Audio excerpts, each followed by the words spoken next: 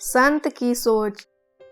एक दिन एक सेठ ने सोचा, सब कबीर दास जी की बड़ी चर्चा करते हैं, मैं भी कल उनके प्रवचन सुनने जाऊंगा। देखूं तो सही ऐसी क्या विशेष बात है उनमें कि सब उनकी प्रशंसा करते हैं। अगले दिन सेठ जी सुबह के सत्र के प्रवचन सुनने गए।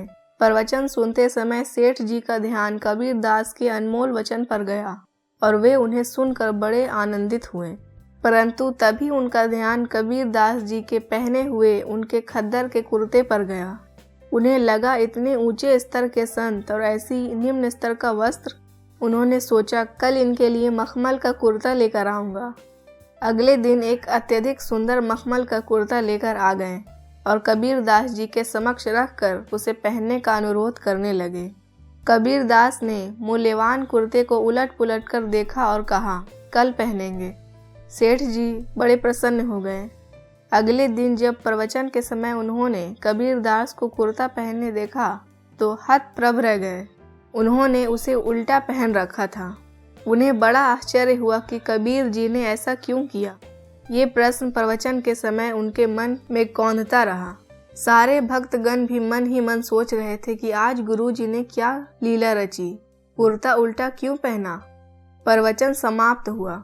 कबीर दास जी की दृष्टि सेठ जी पर पड़ी।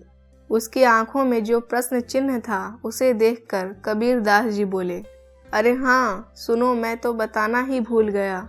ये मूल्यवान कुर्ता मुझे इन सेठ जी ने दिया था कल, इसलिए आज इसे पहनकर प्रवचन कर रहा था। और सबसे पूछ बैठे कैसा है। सेठ जी तपाक से बोल पड़े, आपने तो कुर्ते को उल्टा पहन रखा है। कबीर दास जी मुस्कुराए और बोले, अरे मैं साधारण सा बुनकर इतने महंगा कुर्ता शायद ही कभी मोल ले पाऊंगा, इसलिए सोचा इनका मखमली भाग का सुख शरीर की चमड़ी को लेने दूं।